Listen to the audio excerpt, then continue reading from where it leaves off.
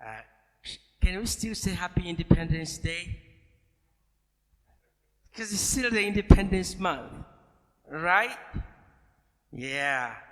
Anyway, since it's Independence Month, we can say Boo-Boo. You know what Boo-Boo is?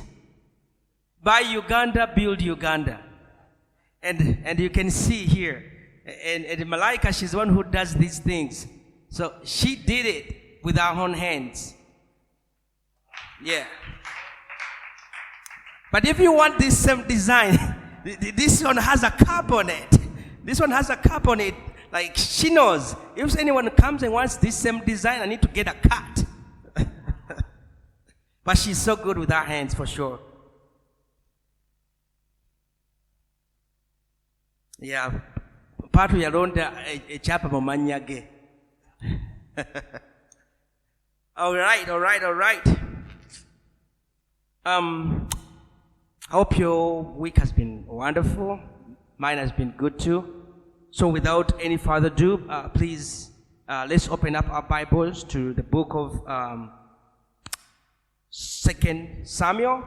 And as we go there, I also want to take this time to appreciate the choir for the amazing worship that you guys always continuously offer to us and unto the Lord.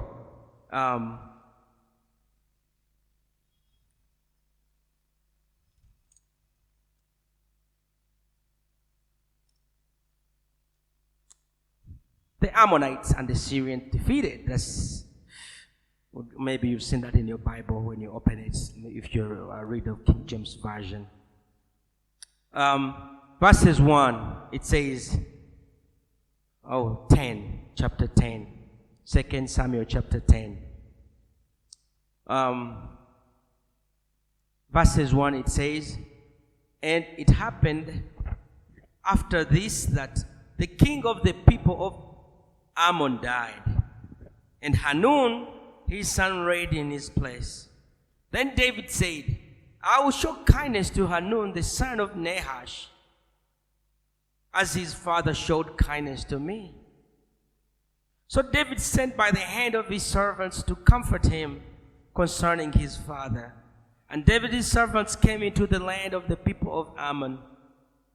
And the prince of the people of Ammon said to Hanun their lord, do you think that David really honors your father because he has sent comforters to comfort you? Has David not rather sent his servants to you to search the city, to spy it out, and to overthrow it? Therefore, Hanun took David's servants, shaved off half of their beards, and cut off their garments in the middle at their buttocks, and sent them away. When they told David, he sent to meet them, because the men were greatly ashamed. And the king said, wait at Jericho until your beards have grown, and then return. When the people of Ammon saw that they had made themselves repulsive to David, the people of Ammon sent and hired the Syrians of Beth Rehob and the Syrians of Zobah, 20,000 foot soldiers, and from the king of Maacah and 1,000 men, and from Ishtal 12,000 men. Now when David heard of it, he sent to Joab and all the army of the mighty men. The people of Ammon came out and put themselves in a battle array at the entrance of the gate. And the Syrians of Zobah, Beth Rehob, Ishtal, and Maacah were by themselves in the field. When Joab saw that the battle line was against him before him and behind, he chose some of Israel's best and put them in battle array against the Syrians. And the rest of the people he put under the command of Abishai his brother, that he might set them in battle array against the people of Ammon. Then he said, if the Syrians are too strong for me, then you shall help me. But if the people of Ammon are too strong for you, then I will come and... Verses 12. He says, be of good courage, and let us be strong for our people and for the cities of our God. And may the Lord do what is good in his sight. So Joab and the people who were with him drew near for battle against the Syrians, and they fled before him. When the people of Ammon saw that the Syrians were fleeing, they also fled before Abishai and entered the city. So Joab returned from the people of Ammon and went to Jerusalem. 15. When the Syrians saw that they had been defeated by Israel, they gathered together. Then Hadadezer sent and brought out the Syrians who were beyond the river. And they came to Helam, and Shobach, the commander of Hadadezer's army, went before them. When it was told David, he gathered all Israel, crossed over the Jordan, and came to Helam. And the Syrians set themselves in battle against David, and he fought with them. Then the Syrians fled before Israel, and David killed 700 charioteers and 40,000 horsemen of Syrians, and struck Shobach, the commander of the army, who died there. And when all the kings who were servants to Hadadezer saw that they were defeated by Israel, they made peace with Israel and served them. So the Syrians were afraid to help the people of Ammon anymore. Jesus, we thank you so much for today and for your word. And we continue to pray that may your word continue to enrich us. Teach us the beauty that is found in you, Lord my God. And we love you. In your name we pray. Amen. So here we are. And I titled this message as the Zenith of David. Some of you may be wondering or ask yourself, what is the meaning of the word zenith? Zenith is the summit. It is the pinnacle, the utmost end. So David is at the top of his career right now. And God has favored him a lot. He has not lost any battle, not in any history actually, ever since he began fighting. All he's been doing is win-win, no matter what. But this is a time where he is winning a lot. There are kings that he has actually beaten twice. Now the Philistines, they accepted. They say, you know what? David is a man in his own right. We're not going to attack him anymore. We're not going to cause more trouble with him anymore. But let's look at verses 1.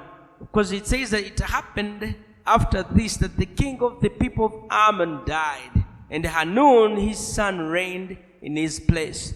So verses 1 starts with a transition in power. It shows that the old guard had fallen and there was a new guard that was standing in his place. So there were great expectations for the people of Ammon when the old king dies and then you get a new one. You all have these expectations of what the new king might do, what the new king is going to bring, and the new developments that he will do in your country. And yet on the other side, you may be mourning for the loss of the old one. All these things are in motion. But you have hope because you already have another king who's young and promising. So the news of the death of this king spread, just like the death of Raila Odinga. He died and all of us know about it because he's a great prince in the land of Kenya. So when great men die, news travel far. Everybody gets to know about it because they make friends from afar off. But here, the news went as far as Jerusalem, and David heard about it. And then verse 2 says, then David said, I will show kindness to Hanun, the son of Nahash, as his father showed kindness to me. David is still in the mood of showing kindness.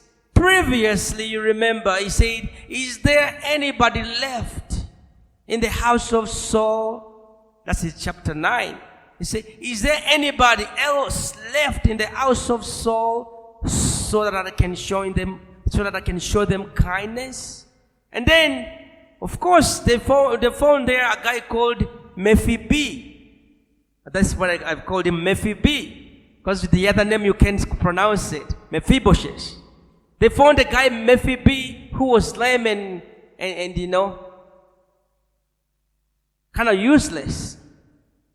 And he brought him at his table. And he said, you will eat at my table all the days of your life. And MVP was like, who am I? Am I not just a dead dog? Who am I that you can let me eat at your table? So David said, don't worry about it. You just come. And he called Ziba, who are called Zubi. He said, you're going to come here. You're going to go ahead and help this guy. And he gave him the land that was for Saul and all the farms and fields.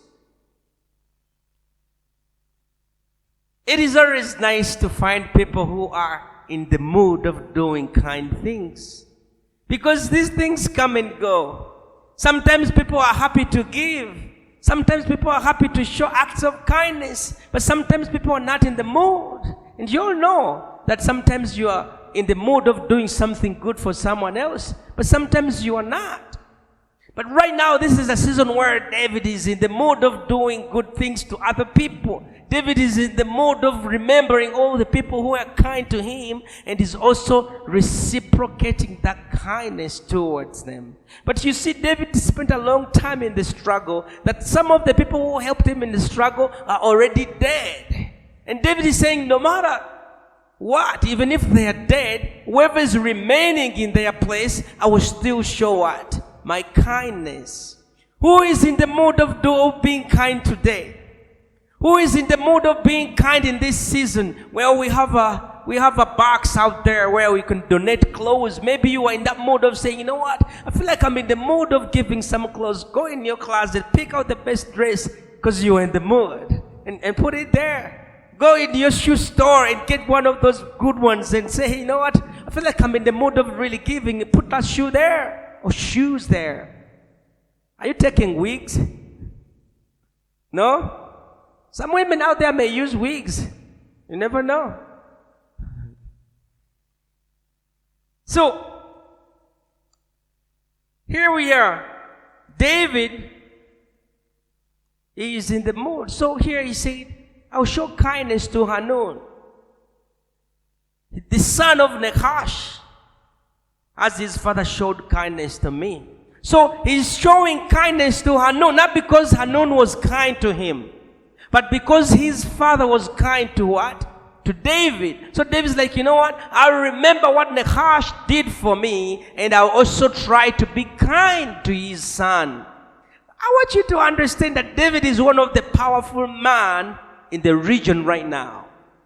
He can choose which king to live, and he can choose which king to die. He can choose which kingdom to overthrow, and he can choose which kingdom to live. But here he's saying, I don't want no trouble with the kingdom of Ammon. I respect them because, you know, Nahash was so kind to me. But who's Nahash?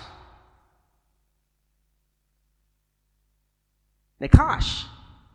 Actually, the word Nahash itself means snake. It's the same name for Lucifer, the shining one. And for those of you who were here when we were beginning this book of First and 2 Samuel, in 1 Samuel chapter 10, there had just gotten who? Saul to be king. And some of the people were like, can really Saul save us? And people were not really sure if Saul would be a good king who saved them from their enemies. But then they say that Nahash, king of Ammon, attacked the city of what? Jabesh Gilead. And he said, you know what? I've come to overthrow you. And in that season, they begged and he said, well, if you don't want me to overthrow you, I want each man who is able to fight to take out his right eye. You remember that? Chapter 10, you can go look it up. So it is when Saul actually heard about it and he was upset and he said, you know what? I can't allow this kind of insult. So he rallied all the people of Israel and they went and they fought Nahash and they defeated him. And that's when the people said, kumbe, Saul can fight. Before we thought he was just a rich guy who cannot do anything. So that's the last time we heard about Nahash. But here, David says that actually that same man did something good for him. So then you realize that, you know what? When David, because you cannot find it anywhere in the Bible, but David has a reference to it. David has a reference to it. But it's not recorded anywhere. But I suppose that when David was running from Saul, he must have gone to Ammon.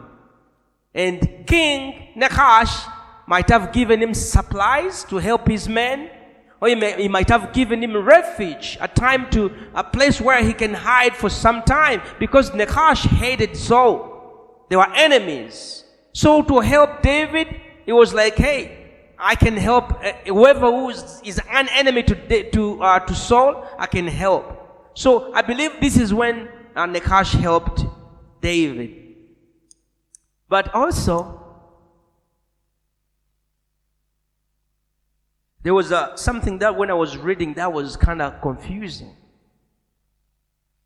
Let's go to in the same book, but chapter 17.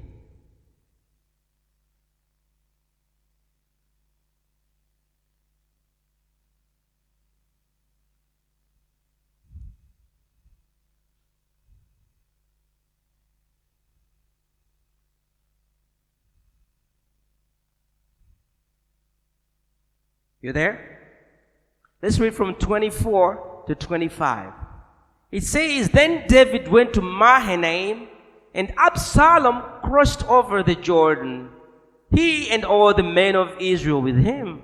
And Absalom made Amasa captain of the army instead of Joab. This Amasa was the son of a man whose name was Jethro, an Israelite, who had gone into Abigail, the daughter of Nahash, sister of Zuriah, Joab's mother. Now, again, if you remember, way back when we were still in 1 Samuel, that this guy who, not Abishai, Asahel, he was killed by who? Come on, guys. Abner, exactly. So, when Abner was trying to make peace with David, Joab killed who? Abner. To avenge for the death of his brother Asahel. It is when David was so very, very disappointed in Joab. And he said, What shall I do with you sons of Zuriah?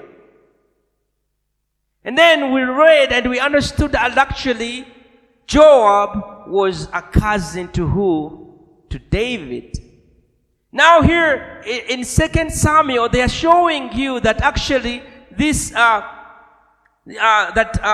Abigail is a sister to David. They're showing you that actually she's the daughter of Nahash. Here David says he wants to do something good for who? Hanun, the son of who?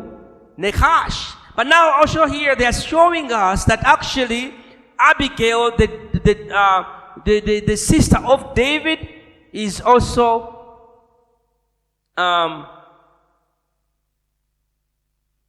the daughter of Nahash. So, is this the same Nahash? No, I don't think so. And there is no everything like there's it's hard to say who Nahash is here. But some scholars actually believe that this Nahash here is David's father, Jesse. That one of his other name was called Nahash. Because there's no any other way to explain it. And other people believe that maybe Abigail was David's half-sister. That when the mother of David was married to Jesse, she had already had born this girl, Abigail, from this man called Nahash. There's so many explanations. Or other people think maybe actually the mother of Abigail was called Nahash. But we understand here, according to the context, that Nekash is a name for what?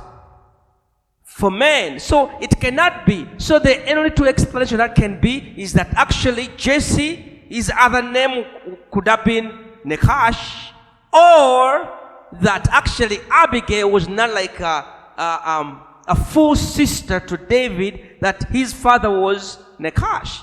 Either way, I'm not going to dwell so much on it. But I just wanted to pull that out so that maybe in the future you're going to read and come across it and be like, but wait a minute, is this the Nekash of the Ammonites or the Nekash of the Israelite? So they're two different people sharing the same name. All right, let's go back to our text.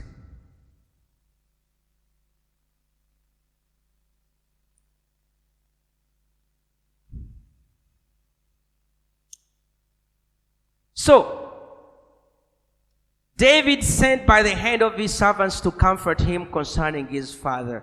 And when you're going to comfort a prince, you don't just send just messengers. I'm sure they went loaded with good things. Remember when the other king, when he heard that David had overcame his enemies, he sent gold and silver as a way of saying thank you. And I'm sure when David was sending these messengers to go and kind of like sending condolences to for the death of his father, they did not go empty-handed. They went with some gifts to say, hey, we are so sorry for your loss.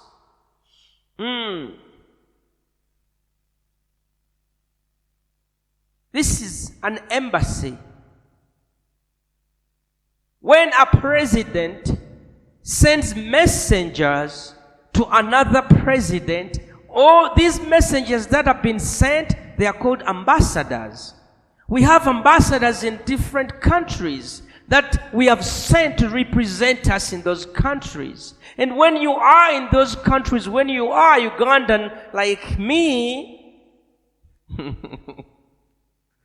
you go to the embassy and they can help you. And when the country there have a problem with my country, they also have to go to the ambassador who is there and talk out those issues. The Americans have their embassy here, there in Kabalagala. Okay? But here's the thing. If I am an American citizen right now, and maybe I commit an offense, and I'm gonna get arrested by the Ugandan authorities, if I run, and by sheer luck I'm able to enter the American embassy, the Ugandan government cannot touch me. You know why? Because at that moment, I am in America. Though in America is the little place in Uganda with the flag flying, but it's in Uganda, but at that moment, I'm in America and they cannot touch me. I have immunity. Don't forget it when you are somewhere in another country. The first thing you do, look for your embassy. Because anytime when there is whatever going on, that's the place you should run to. And international law protects you when you are there. So here these ambassadors, David has sent to Ammon to represent him, to represent his emotions and how he felt, to extend his kindness. But look at the verses 3. It says, and the princes of the people of Ammon said to Hanun their lord, do you think that David really honors your father because he sent all these ambassadors to you? It is a question. A question that brings what? Doubt. A question that brings other questions. It is a question that actually Nekash could have brought to Eve in the garden. Did really God say you should not be eating of this tree, of his fruit?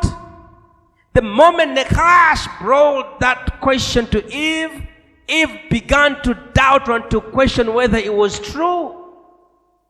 This is the language of Satan here. Satan does not come and telling you statements, but he comes and he questions with the word of God. He questions the intent of God. And then when Eve say, "Oh," he say, "we shall not partake of it," he say, "No, actually." He just knows that the moment you eat of it, you'll be like him. You see, the devil twists the mind. He twists the intentions.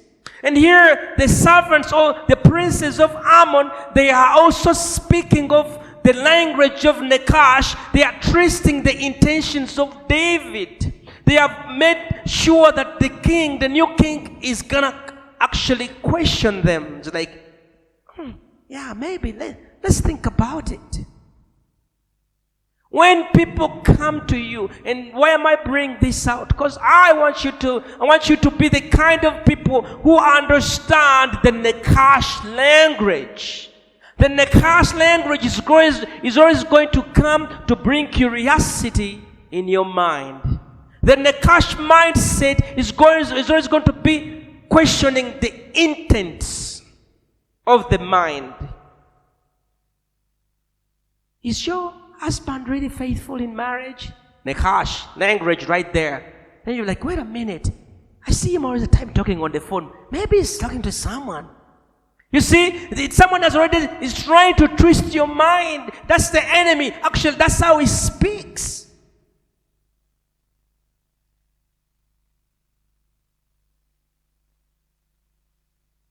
And they question whether David really cared for Nekash, the father of Hanun. Said, he said, don't flatter yourself. David don't care about your father. You know why? Because right now, David is one of the greatest kings in the region. And all these other kingdoms, they are under him. They are paying him money to remain a country. So these guys, they're saying, the reason why David has sent here men, he has come to spy you out. He has come to see all the weak points in your kingdom. And these men, they are going to go back and they are going to tell David that we saw this and this. And before you know it, David is going to come here with his rogue men and they are going to take you down. You know, from the beginning, they fear the spies of Israel. Remember in Jericho, they went out and they spied. That's where Rahab goes and say, you know what, we've heard about you people and we know what you can do. And right now, even as we speak, one of the most respected spies in the world, they are called the Mossad. These are the Israeli spies. They can spy you in their own bedroom without coming to you. You know what they did to all these other Arab people? They invented a phone. And they advertised this phone in those countries. Say, this is the best phone you could ever have. And they made sure that these men actually buy these phones. But these phones all had the malware of spying. And these phones were actually bombs also, but time bombs. No one knew it. But when these men got those phones and they used them for a long time as the Israelites were extracting all the secrets from them using those phones, you know what they did? When they felt like now we have enough information, they made those phones to blow up on them. And that's how they killed them. Israel can be in their home and they send their spyware into the computers of Iran, and the spyware begins to extract all the information back to their computers. That's why they are such a great allies with America, because they can use that intelligence. So from the beginning, the spies of Israel, they've been, people scared of them. Okay, they are scared of him. And you know, here when Idi Amin Dada tried to do something crazy about the Israelis, you know what happened? It only took 6 hours for the Israelis to come and extract their people from the airport where Amin had held them hostage. and they killed people before they left. 6 hours. 6 hours. Those are the Israelis. They are not. To be an Israeli and you live in Israel where you're surrounded by enemies, you have to have strength. So we see that even from way back, people were afraid of him. So they say, has David not rather sent his servants to you to search the city, to spy it out, and to overthrow it? So they're like, you know what, this guy, they want to overthrow your kingdom. Don't be flattered. Don't think he's here to show kindness. That man cannot be kind to you. You're not an Israeli to start with. Now, who is Ammon? The other week when I was teaching, I gave you a background of Lot and his daughters who came into him by the act of not violence, but and then when he was drunk, they came into him and they were able to each one get pregnant. That 2 different nights. And one got a boy called Moab, another one also got a boy called Ammon. Previously, when we were studying the Bible, we saw that actually David went against what? Moab. And you know what? David was related so much to who? To Lot. Because his great-grandmother Ruth was a Moabite who came from the land of Moab and then went to Bethlehem, and then she got married to Boaz, and Boaz bore Obed, and Obed bore who? Jesse, and Jesse bore David. They were related, but when David went to Moab, he put them in 3 lines. 2 lines he executed right away, he killed them, and he left 1 line alive. So here we see that actually even the Moabites, David is kind of like related to them somehow. Maybe no wonder that in David's family, they steal that name Nekash, because it falls on the other side of his maternal side, maybe, from where his great-grandmother Ruth came from. But their thing is here to overthrow you. And this was the dread of all the people that surrounded Israel all the time. They were like, Israel is here to take us or to take over and stuff like that.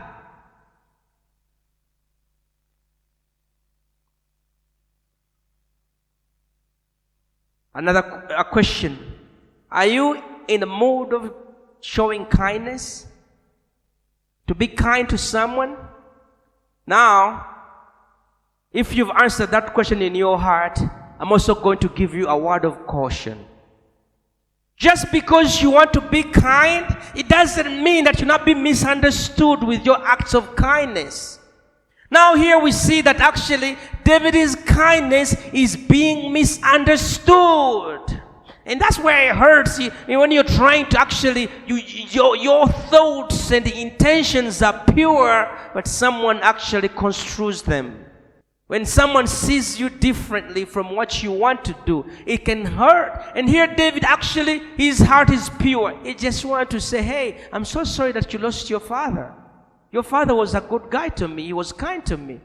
But you see how this guy, he has every president, every kingdom, every king, they have this called, we call them the spin masters. What are the spin masters? The spin masters, their job is to spin things around. They can spin a truth into a lie. And they can spin a lie into what? A truth. Now these spin masters, they've actually been able to span the truth into a lie. And you know what? They are getting into his head. The lies, you see, once one guy said that, you know what? The lie travels faster, and the truth travels slowly, but eventually reaches. It's so easy for us to believe a lie. It's so easy for us to go ahead and believe someone actually who's not saying the truth, because I don't know why our minds are bent towards corruption. So many women have listened to wrong people and they have ruined their marriages.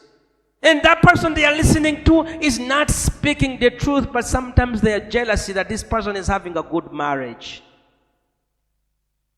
So many jobs have been ruined because someone has been listening to someone else. Your boss said A, B, C, D, and then you begin seeing your boss differently, and then you start acting up and the boss fire you.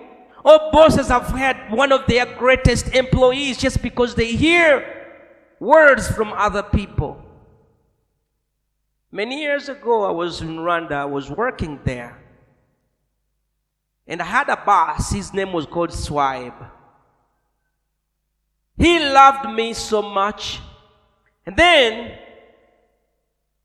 he said, I want to trust you with my money. So every day he gave me money to keep for him. Now there is this guy from Masaka. Of course, Masaka. This guy from Masaka. He came. He observed how I had a relationship with my boss.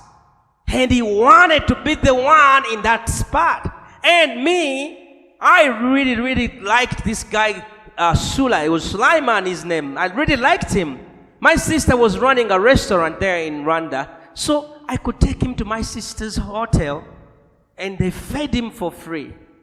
And even he found there one of the girls who was kind of like related to me somehow. And they began to be girlfriends and boyfriends and stuff like that. So he began to be more of a family. But you know what he did? Behind my back, he went to my boss, Swibe, and he told him, you know what? Chief is swiping Swibe's money. And then he's like, and then I could see now my boss was like changing faces towards me. And I didn't know what was going on. And then eventually he told me, Ursula told me that actually you are swapping my money. I'm like, no, I have your money. It's like, okay, if you have it, give it to me. I went home. I wasn't even the one keeping it. I was giving it to my sister. So I went to my sister and I said, give me Swipe's money. She went and she gave me the money and I gave it to him. But I felt betrayed by both my boss and Sula. And you know what I did? I quit after that. I left that place and I went to another place. And he really wanted me. He really still wanted me to come back, but I could not go back to that kind of a place. Why? Because he listened to the Nekash language. He listened to the language of the devil, and then he began to believe it. And that's how things get ruined. The devil hates when you have something good going on. Maybe you've also experienced that in your life, where people come and eat behind you like termites. Or maybe you are also a victim that you have these, what they call them, itching ears, that you like listening to these kind of words, and these words, they be like songs in your ear. There's some people who actually have magnetic ears. Have you ever heard of that term, magnetic ears? Those are the words, the ears that attract rumors and gossip. You are there and you know what? Like those magnetic ears, they communicate. Because sometimes you don't call the people to bring you that rumor. But because the ears are magnetic, they are going to pull those people towards you. And they'll be like, hey, did you know that that person is ABCD? You're like, what? Tell me more. And then things can be affected because you listened, because you gave your ears to listen to those things. And now look at this guy, Hanun, he's listening. What do you do when you find those people who come in your ears and begin whispering things in your ears? What do?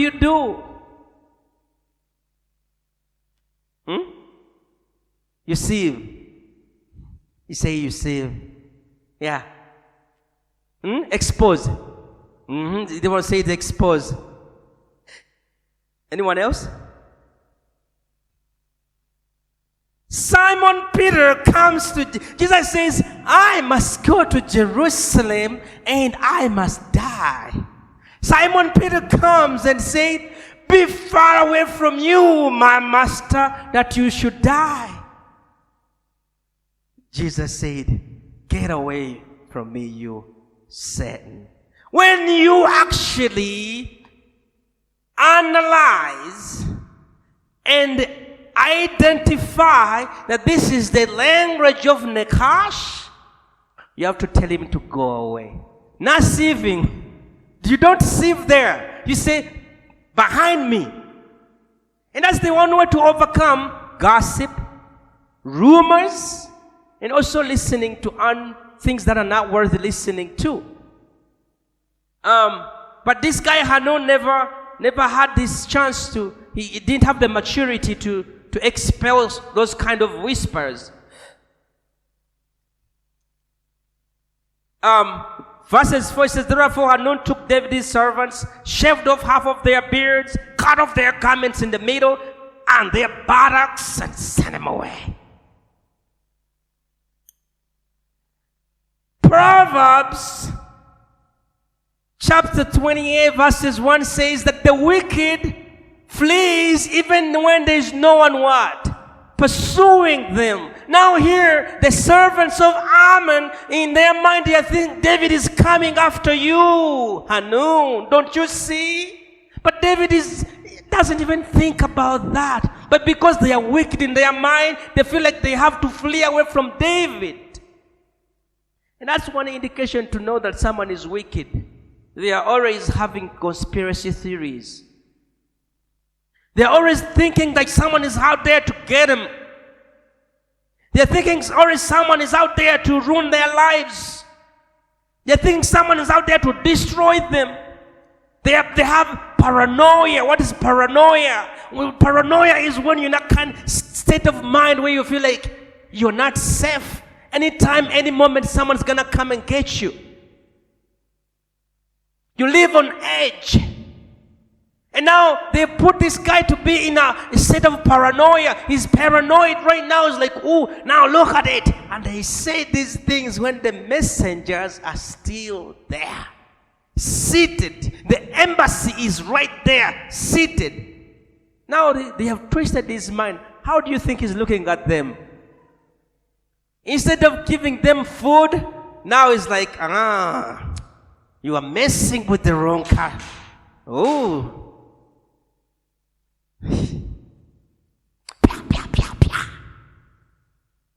So this guy is out there saying, you think you're smart? I think I've got you. You can't mess with me. You're messing with the wrong person. And I'm going to show you why I am the son of Nakash. Okay? And he goes over. I don't know where, but maybe he whispered in one of his servants' ears, say, hey, go bring me some scissors. The guy goes to bring scissors. This guy thinks he's going to maybe to cut a ribbon for the cake or something. But when the scissors are brought, he says, his guy, seize them, spies, seize them. And then they seize them, and he comes himself and cuts the edges of the beard in such an insulting way. You don't even cut them in order, but you cut here and there, and you leave all these kind of patches here and there and there. And it's like, that's not enough. What should we do? Oh yeah! How about we cut their buttocks should go out. They should go home with their butts out. They should go home butt naked. That's right. Scissors, bring them again. Seize them. Cha, cha, cha, cha. There must have been two holes. One on this side, one on this side. And they say, bye-bye. But do you see how these men are evil? And they don't have a good sense of, okay, they may, I don't know, do you call this dry humor? I don't know if they thought this was humorous. But they are so dumb. If David really is wanting to overthrow them, whatever they have done right now, they've expedited the process. Everything now is going to run so fast, because if it's true that David wants to overthrow the kingdom, and then you come and cut the beards of his men, and then you send them butt naked, you know what's going to happen? David's not going to sit there and say, okay, we'll go there next month or next year. David's going to be like, you know what he did? You know what, who this rich guy, who? Nabal. Just Nabal insulted David. It's like, who is David? And David told his young men, get your sword, let's go. How about now, what you've done to his men? It's not going to delay. No delay. He's going to go and get you. So, even when they are afraid, whatever they've done is not helping the situation. And that's the devil. The devil gives you ideas, but it does not show you the end of the road. And when he gives you this idea, it shows you this is what you should do, but it doesn't show you the consequences that you're going to actually experience. And after going into the deep waters, you realize that, I cannot swim over this. Pool is so deep. Now, in the ancient world, a beard was sacred. Still is to this day. Sorry for you who don't have it. It's not my fault. Still is to this day. A beard is sacred. And men with beards are the real men. Ooh.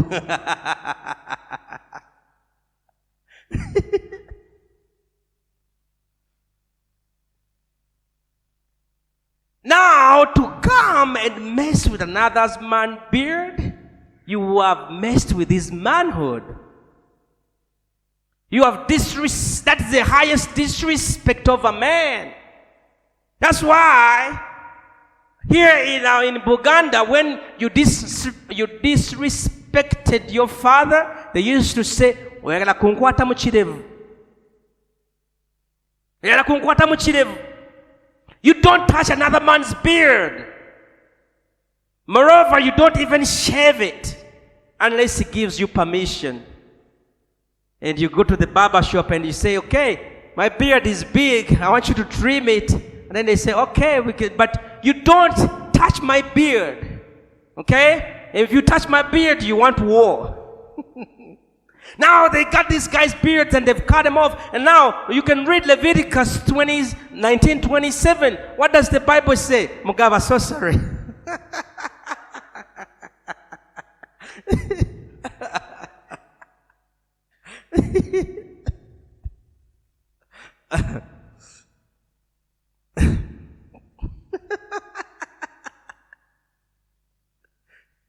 And I know most of the men here don't have beards. I don't know why.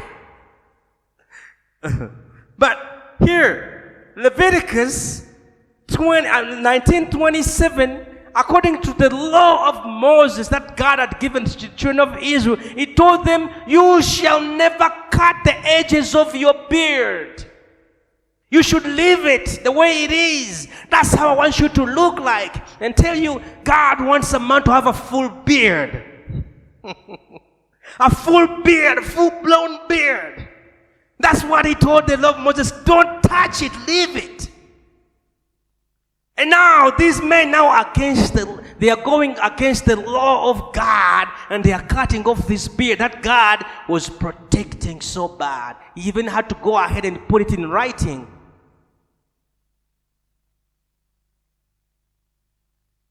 Because it was part of the honor.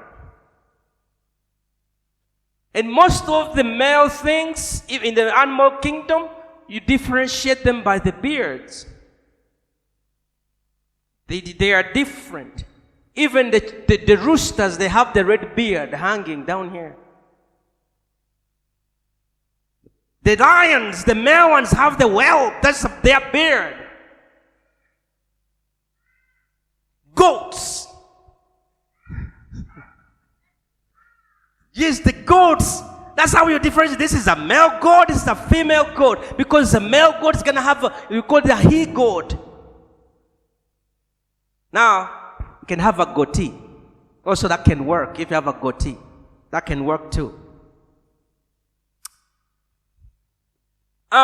So, these guys were going against God's actually commandment of protecting the beard. And another thing is we can read it in Isaiah 20.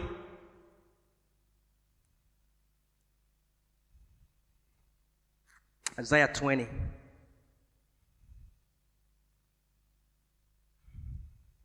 Now we're going to see the real intentions of why Hanun did what he did. What message was he communicating to David? Isaiah chapter 20 says, in the year that Tartan, the king of Ashdod, in the year that Tartan came to Ashdod, when Sargon, the king of Assyria, sent him, and he fought against Ashdod and took it. 2. At the same time, the Lord spoke by Isaiah, the son of Amoz, saying, go and remove the sackcloth from your body, and take your sandals off your feet. And he did so, walking naked and barefoot. The Lord said, just as my servant Isaiah has walked naked and barefoot 3 years for a sign and a wonder against Egypt and Ethiopia, so shall the king of Assyria lead away the Egyptians as prisoners and the Ethiopians as captives, young and old, naked and barefoot, with their buttocks uncovered. Did you read that? And then, to the shame of what? Egypt. Now that's the key word. To the shame of what? Egypt. The reason why Hanun cut off their beards and sent them home but naked is to what? Shame them. Shame them. It says, then they shall be afraid and ashamed of Ethiopia, their expectation, and Egypt, their glory. So, they're like, we want to humiliate you guys. This was humiliation of the highest order. And the devil, he wants to humiliate you and I. That is his goal. He wants to find an occasion where he can bring shame to you, where you can be ashamed before the people who know you. He wants to send you home butt naked. He wants to send you home with the beard cut in different angles. He wants the people to laugh at you. He wants the people to look at you and despise you. And he's going to lay traps for you. And sometimes you're going to go walk into those traps. And sometimes you just going to be caught off guard and you find yourself in that situation. Here the men of David, they did not commit anything wrong, but they found themselves in the wrong place with the wrong people. And now they've been sent home butt naked and all ashamed. Hebrews chapter 12. It says that Jesus, he endured the what? The cross, even the what? The shame that came with it. If the devil was able to shame Jesus, how? Actually, he put him on the cross naked. The Son of God, he was hanging on the cross naked. The devil did that to embarrass him, to bring shame to him. But God has given him a name that is above every name. That every knee will bow down to it. That every tongue is going to confess the name of Jesus. But the point is here is that the devil desires to bring shame. And that's the first thing it did to us. I told you to be always when you're reading the Bible, and you also pray, I'm teaching you to be great Bible scholars. And I'm teaching you things you can look at and hyperlink. I'm showing you the language of Nekash. You can know when the serpent is what? Talking. But also you need to hyperlink when the serpent talks, what comes next. In the Eden, when Nekash said, has God said you shall never eat of the tree? And the woman says, oh, I don't know. It's like, no, that's a lie. He knows that the very fact that you eat it, you be a god. And the woman's like, ooh. And then she eats of it. What came next? Shame. What did they realize? Naked. It is the same language here. Nakash speaks. After he speaks, he put things in motion. At the end of it, there is nakedness, there is shame. And that has been his goal from the beginning. He wants to undress us because God clothed us with dignity. He clothed us with honor. And that's what Psalm says in chapter 8, that we were made a little lower than the angels. But why has he given us such honor that is even, unspeakable? And the devil is so jealous of that honor that God has maybe you even don't know it, but you've been dressed in honor from the beginning. And God gave you that honor, and he gave you that dominion mandate to rule and to overcome. And here you are. The devil wants to always undress you. He wants to undress me. He wants me to be naked. He wants me to be exposed before my God and before other people. And before the holy angels, and before the demons too, say, look at him. And where you read in the Bible, wherever there is anyone who's been exposed and naked and ashamed, what does God do? Still you go back to Nakash in the garden. What did God do? He uncovered them. He covered them. He said for them they covered themselves with fig leaves, but God had to slaughter an animal and give them the skin to cover themselves. Tell you what, I'm trading my sorrows. I'm trading my shame. Not because of me, but Jesus traded my shame. He traded your shame. You and I were ashamed before the Lord, our God, our Creator. But Jesus, he said, I want to take that shame. On that very day when Jesus was arrayed on the mountain of Golgotha, naked. He was not naked because he was a sinner. He was not naked because he had committed something wrong. But God imputed all the sins of the world unto that one man, that all the shame and all the nakedness was put right into one man, that you may be covered by his blood. That's how God takes away our shame. That's how, because the enemy is like, I've undressed them now. They're naked before you, God. What you gonna do? And God says, I will do whatever it takes to make them clothed again. Even if it kills me, I will make sure that you're clothed again. And you know what? Last week when you read in the book of Revelation, in chapter 19, it says he saw a bride and tables were set. And he said, I saw a bride clothed in what? White linen. And then he interpreted that by saying, those are the acts of righteousness. In Isaiah 20, I think somewhere, he says that even our own righteousness is like what? Filthy rags. So that explains everything. The bride in the book of Revelation in the last times, that who is going to be wedded with Jesus, who is clothed in white garments, which is righteousness.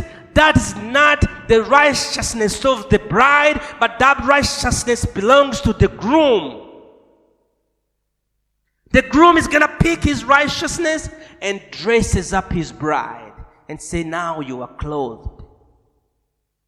Now you are shining. Zechariah chapter 3, you can look at it at verses 6. The high priest Zechariah came before God, but also they said that Nakash also came, just like in the book of Job. And then he began accusing Zechariah before God. He said, look at him, he said, look at him. Who is the high priest? He's dirty, he's filthy. But you know what God said? He said, Zechariah, remove all your filthy garments. And then they dressed him up in white linen. And they made him to be worthy to be before God. Let's go there. Zechariah.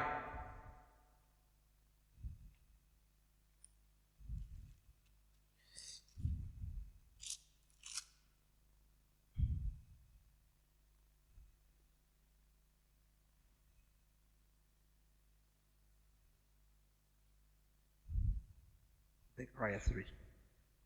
Let's read verses 1. It says, Then he showed me Joshua the high priest standing before the angel of the Lord, and Satan, Nachash, standing at his right hand to oppose him. This is a picture of heaven, and you have Joshua who is before God, and who is standing next to him?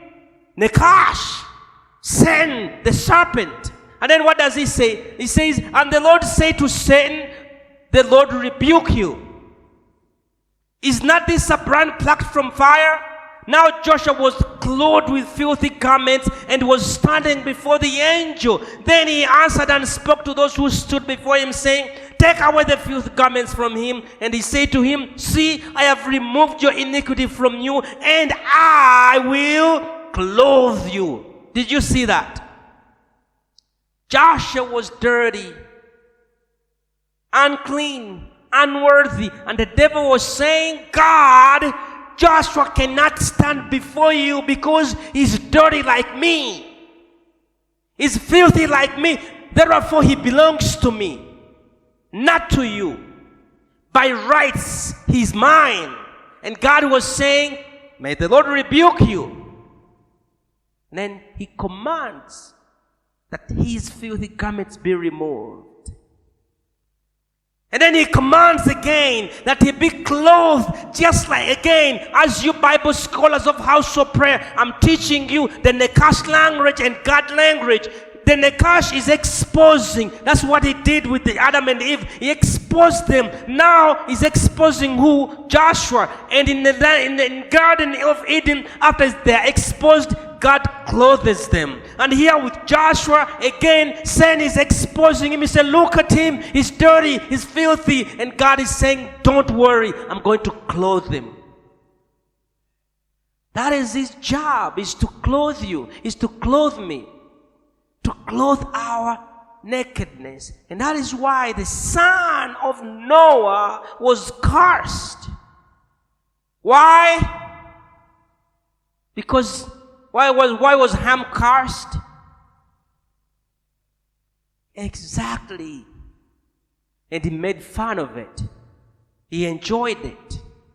That is not God's character. That is Nachash character. When he exposes my nakedness, he enjoys it. But the people who have the seed of God, they don't expose other people's nakedness. They cover it. And that's what the other sons of Noah, they came backwards. They said, we will not even look at it, but we will just cover his what? Nakedness. You see the Nachash language and Nachash character and the character of God? Are you the kind of person who likes to expose people? That is not a God character. That is a Nachash character. The princes of Hanun, they did not have God character, but they had who? Nachash character. To expose, to make people naked, to humiliate, to shame. Do you have any dirt on someone? What is your intention with that dirt? Are you keeping it so that one day you can use it as a weapon against that person? You are holding someone's secret, a big secret. But you're like, I'm glad he or she told me this secret, because if one day he ever or she ever messes with me, I will expose them. I know what you did. I'll expose you one day. That's not the character of God. God hates exposing people, but he covers them. But Nakash, he likes to expose, to bring shame, to bring nakedness and things of that caliber. Aren't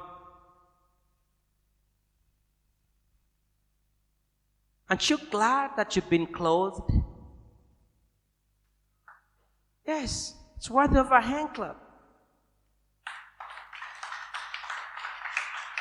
That all your shame, that all my shame was taken away. That there's no longer, or there's nothing else for you to be ashamed of or to be afraid of. There's no more hiding. Listen what happened to the men that whose beards were cut off. 6, when the people of Ammon saw that they had made themselves repulsive to David, the people of Ammon sent and hired Syrians of Beth-Rahab and Syrians of Zobah, 20,000 foot soldiers, and from the king of Maacah, 1,000 footmen, and from Ishtob, 12,000 men. And you see, man, why even did they go ahead and do this? Don't you see that just one act of trying to humiliate another is an expensive act? Now they have to hire all these mercenaries to help them. You know why? They are scared. They are afraid. And that's what the devil does. That's what actually happened to Eve and Adam. After they had exposed themselves, they were afraid and scared. He's like, yo guys, come and help me. I'm in trouble. David is going to come against me. He hires them. He's going to pay them to fight his battles. And some of these people he has hired, David has already beat them once. So beat you once means I can beat you what? Twice. 7 says, now when David heard of it, he sent Joab and all the army of the mighty men. The people of Ammon came out. There's something I skipped that I really don't want to skip. Verses 5. He said, when they told David, he sent to meet them because the men were greatly what? Ashamed. And the king said, wait at Jericho until your beards have grown and then return. David, he says, I don't want to expose your nakedness back to the people in Jerusalem. Stay somewhere in Jericho where people don't know you until your beards are fully grown. And I'm sending you new garments. You see? He's clothing them with what? New garments. I'm going to send you new garments. And also, I will let you to be naturally covered. Because the beard is a covering of a man. I'm going to let you be covered. And then when your natural covering has grown back up, then you will come back home. I don't know how many months it took. But I believe what happened was the men had to first shave all their beards off so that now they can grow back in one what? One order. Because they were just cut in a very wrong way. Maybe it took 6 months for the beards to be fully grown and come back. Do you see? The enemy wants to isolate us from our loved ones. They spent all these months not with their family, but they're staying back so that they can be covered again. So David now, he went and avenged for them. He said, I'm going to avenge for you. And he did so. And they beat these kings so bad. When Joab saw that the battle, so he sent Joab, and they read it, verses 9. Joab realized that these guys, there were too many in number. So he also divided his army into 3 parts. He said, each group is there to assist. If you see that my group is overwhelmed, come for my aid. And if I see that your group is also overwhelmed, I will come for your aid. But verses 12, he says, be of good courage, and let us be strong for our people. Which people? For the men that were ashamed, that were humiliated, we have to be strong for them. We have to actually show the people that it's not nice to humiliate people. And for the cities of our God. And may the Lord do what is good in his sight. I consider Joab as a fool. But Joab here is saying things that are so smart. Someone said that do everything as if everything depended on what? On you. But also said, but also do everything as if everything depended on who? On God. So he is telling them, be strong and courageous, fight for your men and for your city. So he's saying, fight as if everything what? Depends on you. But then lastly he says, and may the Lord do what is good in his sight. And he's also saying now we also have to trust in God, that he will do also what he wants to do. So Joab is mixing what? Practicality with faith, and is a good friend of James. Because James is saying, show me your faith without works, and I'll show you that it's dead. Because you know what? Faith without works is what? Is dead. Joab has a lot of faith in God that God will do something, but he's saying we're gonna have to go there and fight. And my brother, my sister, if you are this person with faith, you cannot be seated somewhere and praying for a job. You're gonna have to go out there and look for it.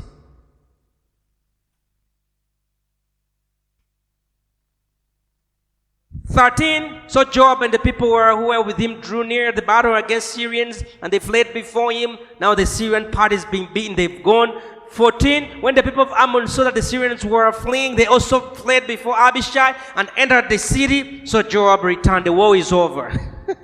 Simple, the war is over. They've been able to be rerouted, and they ran off all the hired mercenaries. They are gone, they are scared.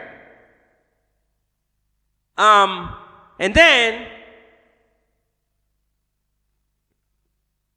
16, then Hadadezer sent and brought out the Assyrians from where they were beyond the river, and they came to Helam, and Shobach, the commander over the Israel's army, went before them. When it was told to David, he gathered all Israel, crossed over the Jordan, and came to Helam, and the Syrians set themselves in battle against David and fought with him. 18, then the Syrians fled before Israel, and David killed them 700 charioteers and 40,000 horsemen, and struck Shobach, the commander of the army, who died there. And when all the kings who were sovereign saw that they were defeated by Israel, they made peace with Israel and served them. So the Syrians were afraid of to help the people of Ammon anymore.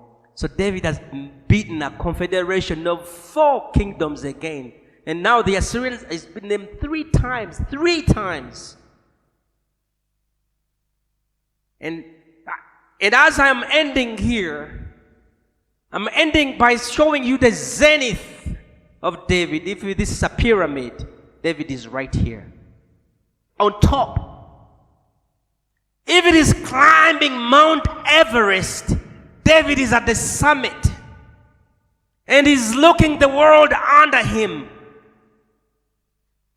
But the question is, for how long can you stay on the top of the summit?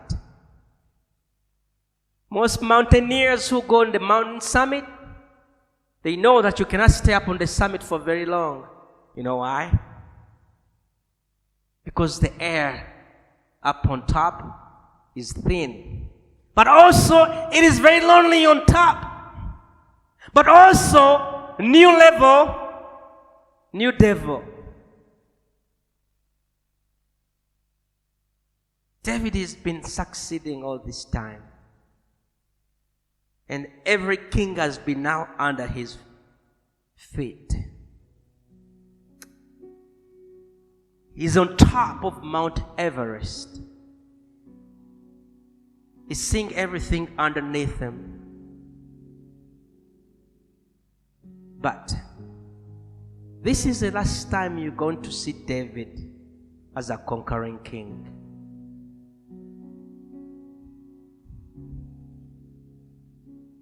Because David is going to fall from the top of the summit down to base camp. And in that fall, so many things are going to break alongside him, including family, the kingdom, the nation. People's lives are going to be ruined. And it's kind of sad that we're going to go that route next Sunday. I wish there was a better continuation where we can still walk in the mighty of David, but I'm so sorry.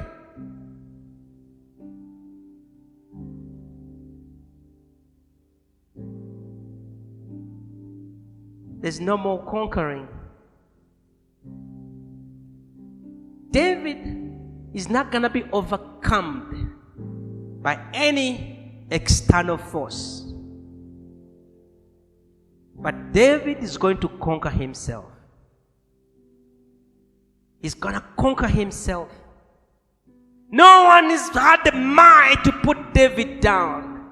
But the might was in David himself to put himself down. And so it's going to be like that. Lastly, 3 things a man should fear. I call them the 3 G's. The first G is gold. Man, you should fear gold. When I mean gold, I mean money, cash, riches. And that's no problem with David. David, he has no care for gold. He gets it, gives it to God. Another G is glory. You don't touch God's glory. And David has no problem with that. He always gives the glory back to God. And the last G is girls. David cannot let a girl go. He cannot let a girl go. Every girl he sees he wants. And that's going to be his downfall. 3 G's that rule and break men: gold, glory, and girls. No man is going to be able to overcome those 3. You overcome the 2, one will get you.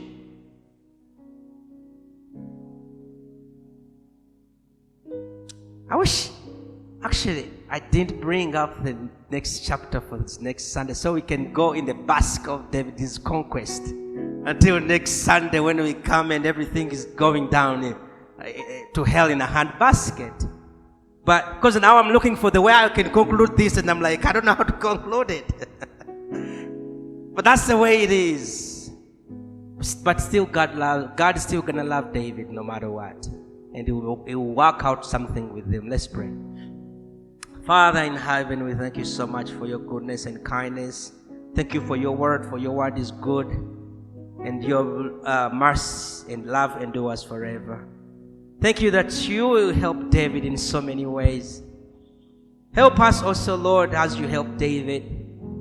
Thank you that you took away our shame and sorrow. That we no longer hide in anywhere, but we're coming back to you, our Father. Oh, we came back to you, our Father. We love you, Jesus. In your name we prayed. Amen.